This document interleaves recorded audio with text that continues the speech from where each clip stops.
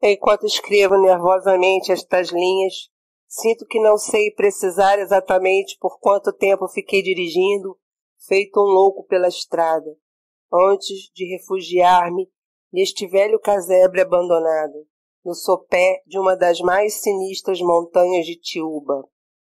Muitas mentes tacanhas não acreditarão em nada do que eu aqui vou dizer, mas isto pouco importa, pois sempre haverá alguém de mente aberta e esclarecida, capaz de reconhecer que nossa consciência espiritual ainda é muito ínfima diante dos mistérios assustadores e negros do cosmo e da vida.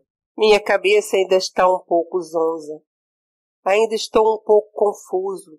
Estou meio aturdido, mas consigo lembrar-me dos momentos aterrorizantes e fantásticos pelos quais passei. Neste momento começo a beliscar-me para ter a certeza de que não estou dentro de um pesadelo horrendo, prisioneiro de um sonho sinistro e aflitivo que me causa uma opressão, arrastando-me em grilhões de uma sensação de angústia que me tortura de medo, retalhando minha mente e precipitando-a nos torvelinhos abissais e pandemoníacos de recordações tétricas que me levarão, certamente, à insanidade rematada dentro em breve. Oh, meu Deus, eu lembro de tudo agora. Minutos atrás eu dirigia, e sobre mim raios e relâmpagos poliscavam pelo céu enegrecido, como se fossem demônios lépidos foragidos do inferno, traçando no céu blasfêmias elétricas e sinistras, compondo poemas de fogo e luz pestilenta no poema escuro que é a noite.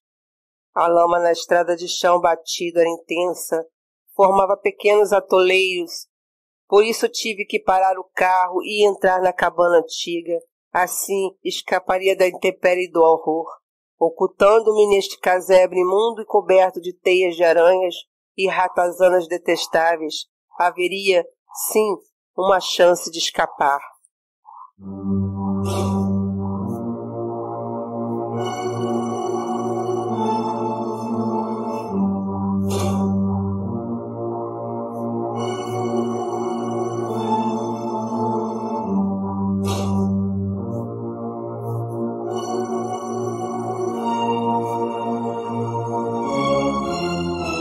Este casebre está numa região muito estranha e afastada, um pedaço quase que desconhecido desta cidade antiga, próxima às serras, um lugar vez por outra coberto de névoas, fora habitada num passado remoto por estranhos índios sobre os quais pouco se sabe.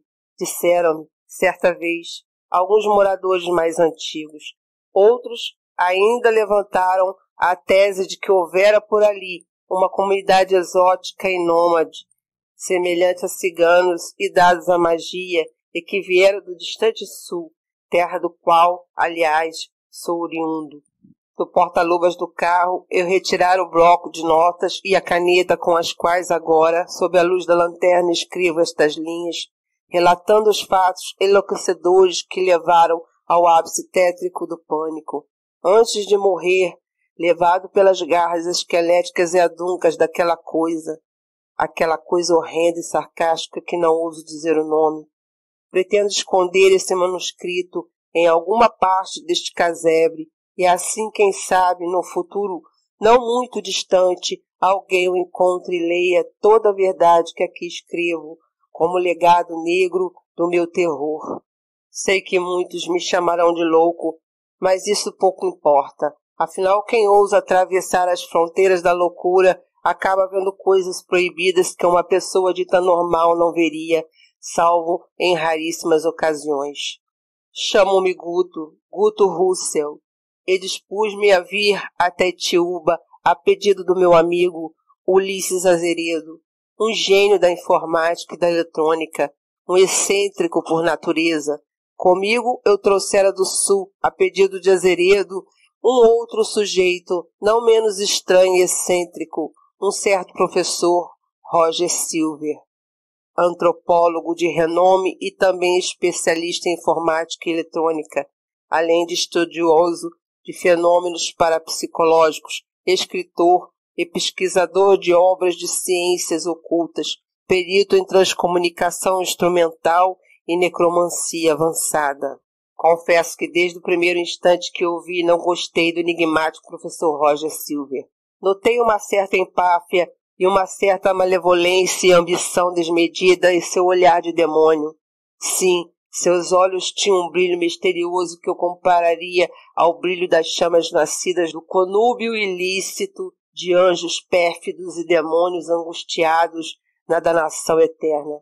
Todavia, tive que atender ao pedido de meu amigo Ulisses Azeredo, pois ele me contara por telefone que estava num projeto secreto que poderia render fama, prestígio e fortuna. Eu, por meu turno, precisava quitar algumas dívidas e a hipoteca de minha casa em Curitiba. Então, aceitei o convite de trabalho, como motorista de ambos.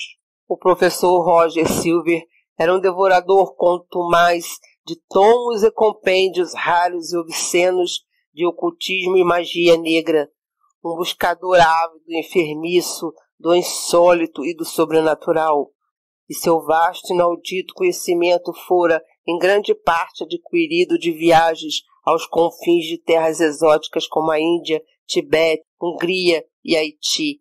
Era sua intenção aliar o conhecimento mágico ao conhecimento tecnológico e, assim, levantar o véu que separa o mundo visível do invisível, abrindo portais interdimensionais. E apesar de ser amigo de longa data de Ulisses Azeredo, temi por sua sorte quando soube que se envolvera em pesquisas com aquele pálido e magérrimo professor que se vestia todo de preto e tinha uma má reputação no mundo acadêmico, sendo quase expulso da universidade onde lecionava, segundo pesquisas que fiz na internet.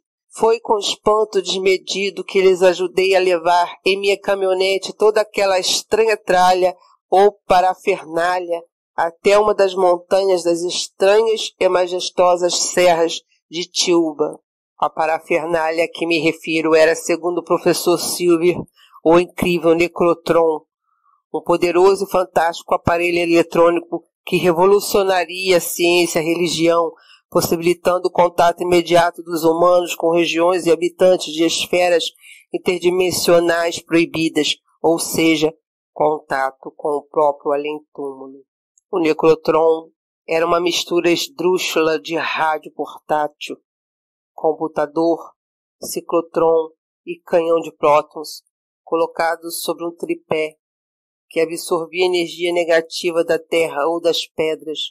Levei a dupla de excêntricos pesquisadores com suas teorias nebulosas, inauditas e bizarras, que certamente seriam rechaçadas com sarcasmo pela nata dogmática e ortodoxa da comunidade científica, até o sopé da montanha na caminhonete.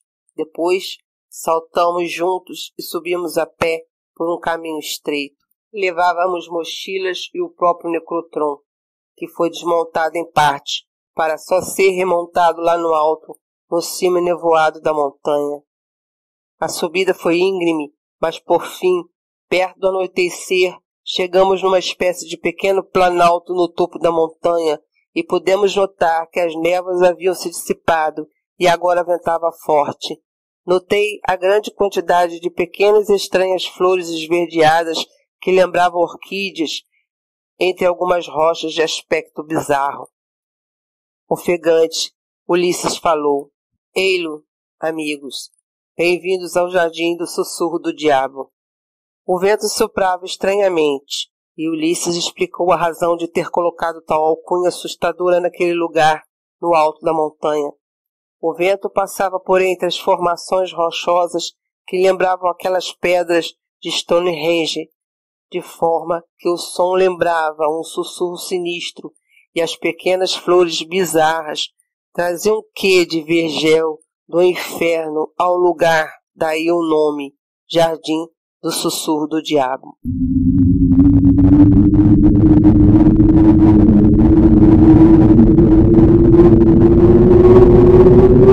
Perfeito, Ulisses. Aqui é o local exato onde forças telúricas e místicas, acumuladas desde as eras imemoriais, aguardam a sua ativação negativa como chaves hipergeométricas que abrirão o portal que separa os mundos. O Necrotron foi por nós construído conforme os escritos proibidos de Atlântida, o continente perdido de uma era esquecida, secretas fórmulas eletromísticas que eu mesmo encarreguei de roubar numa de minhas viagens a um mosteiro do Tibete.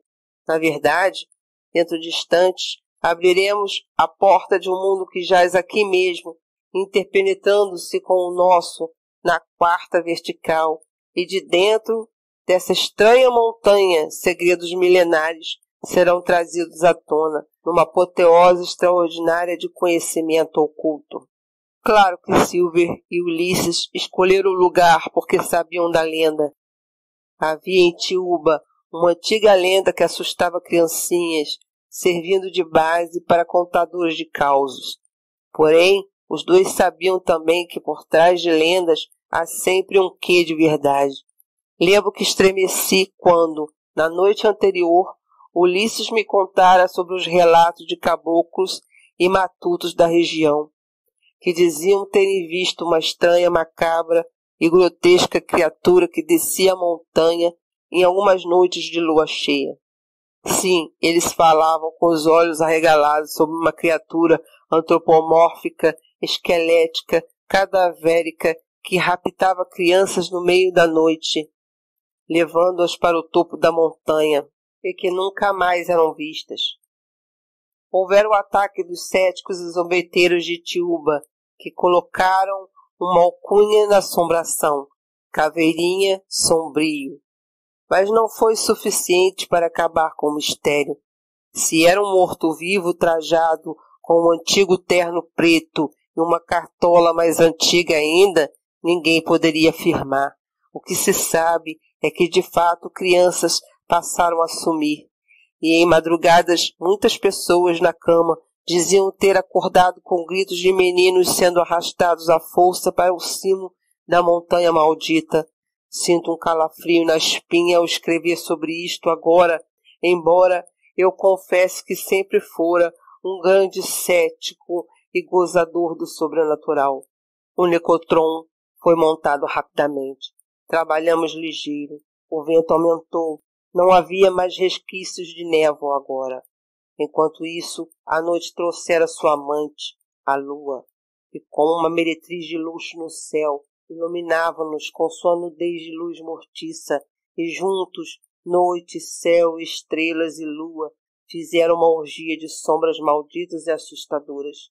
Então, sob o luar azulado e débil, parecíamos dementes num projeto espectral que causaria tremores inimagináveis em qualquer mente sã, sensata e temente a Deus. O Necrotron apontava para aquela laje que lembrava um altar ou a porta de entrada de uma cripta. Era uma das muitas rochas com aspecto bem singular, coberta de musgos fedorentos e podres, cheia de estranhos bolores verdes de um fedor insuportável e que formavam desenhos abstratos e grotescos. Ulisses, acione o estabilizador multissequencial e o gerador ultrapositrônico, falou o professor Silva entusiasmado, os olhos arregalados de expectativa, cintilando como os de um lunático. O Necrotron começou a zumbir como um inseto eletrônico do inferno.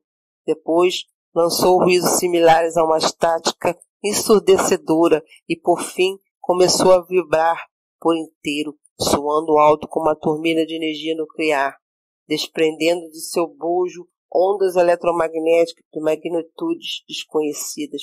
O pequeno microtecado acoplado ao Necrotron, Ulisses digitava febrilmente, falando. Irei acionar o processador secundário e o feixe de laser da geratriz vibracional eletroeletrônica.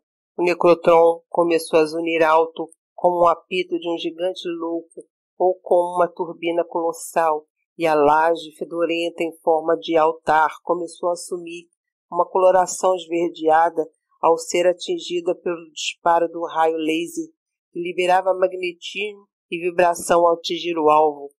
A luminescência esmeralda emitia um ruído também, algo como um som emitido por um poderoso magneto. Senhores, berrou o professor Roger Silver. Estava começando a enlouquecer de vez, eu sabia, e a luz verde iluminando seu rosto dava-lhe realmente um ar fantástico e insano. O que presenciarão aqui nesta noite será um marco de uma nova era. A era da tecnologia aliada à magia negra. Estamos prestes a levantar o véu ignoto dos grandes mistérios. Conheceremos segredos arcaicos que separam os mortais dos imortais, os vivos dos mortos, os humanos dos supra-infra-humanos, os sãos dos loucos. Contemplem, pois, a abertura total do portal da quarta dimensão e os segredos do céu e do inferno, aqui mesmo, na terra. O firmamento havia enegrecido, grandes nuvens pardacentas com um enxame de sombras cobriram a lua e as estrelas, e agora raios, trovões e relâmpagos tinham tomado conta da noite. Como que numa algazarra melódica de uma orquestra do inferno, eu estremeci de pavor quando um raio atingiu em cheio a pedra semelhante a um altar, explodindo-a em 1000 pedaços. Tivemos que nos jogar no chão aos gritos instintivamente para nos salvar dos fragmentos que se uniram como balas mortais e cocheteando nas demais rochas. Quase que instantaneamente um outro raio espatifou o necrotron, que explodiu ruidosamente, sediando completamente o sinistro aparelho.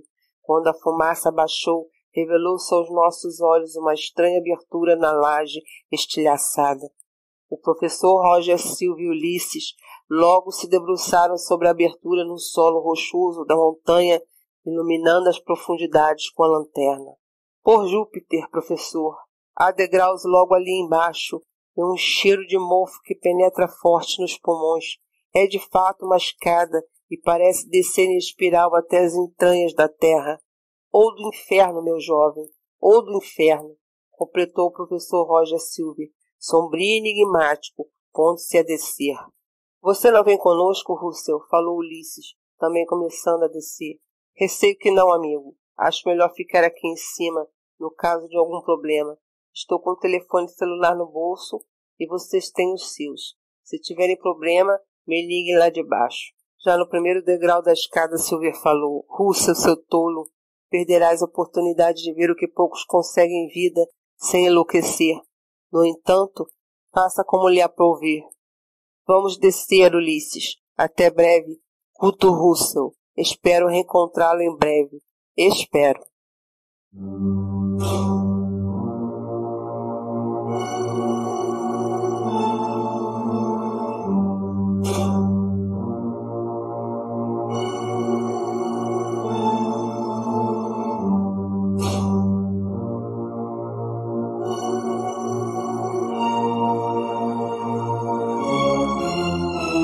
Vi quando os dois sumiram nas trevas e engoli em seco. Fiquei ali durante meia hora, o cérebro picado pela serpente cruel da ansiedade, sob a chuva que agora desabava. Por fim, a tempestade amainou e eu, preocupado, resolvi ligar para um dos dois. Respondeu Silver, enquanto ao fundo pude ouvir o som de ossos chocalhando e depois uma risada sardônica, pueril, imbecil, num tom boçal. Oh, agora eu estou vendo essa coisa melhor. Oh, santo Deus, Russell, caia fora do jardim do sussurro do diabo. Fuja. Oh, é ele, a figura esquelética. É ele, uma caveira, a cartola, o terno escuro. Os antigos e matutos tinham razão. Ele existe. Nós o encontramos. Fuja, Russell. Te arranca daí, seu imbecil. Silver, seu palhaço. Deve ser alucinação, algum fumo alucinógeno aí dentro. Não, eu vi o horror, Russell. E ele é pútrido, esquálido, chocalha os ossos e por vezes tem um andar trôpego. Ele é como rezam as lendas. Ele é o... Novamente pude ouvir aquela risadinha diabólica, quase infantil, mas com uma virulência e sarcasmo demoníacos. Estremeci. Depois, ao ouvir o grito medonho do professor Roger Silver...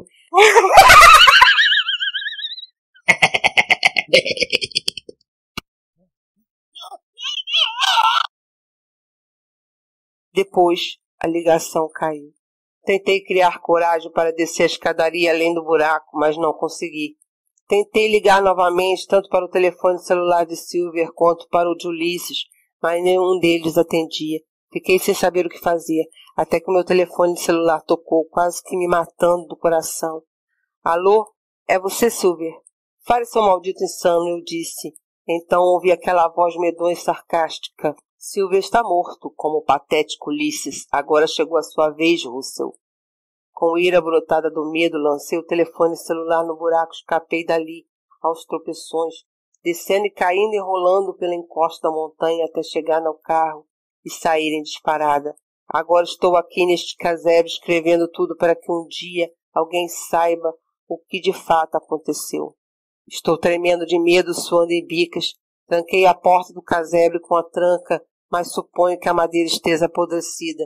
Meu Deus, ouço passos secos lá fora. Está no alpendre, seja lá o que for, e veio para me pegar. Ele, aquilo, o dono daquela voz medonha. Oh, meu Deus, vou parar de escrever e guardar o manuscrito. Acho que vou gritar por socorro, embora saiba que será inútil. Está pressionando a porta. Vai arrombar. Já posso ouvir a risota. Sua estúpida, sardônica e assustadora risadinha. Vai entrar aqui dentro. E, Senhor Todo-Poderoso, me salva da morte, das trevas do inferno.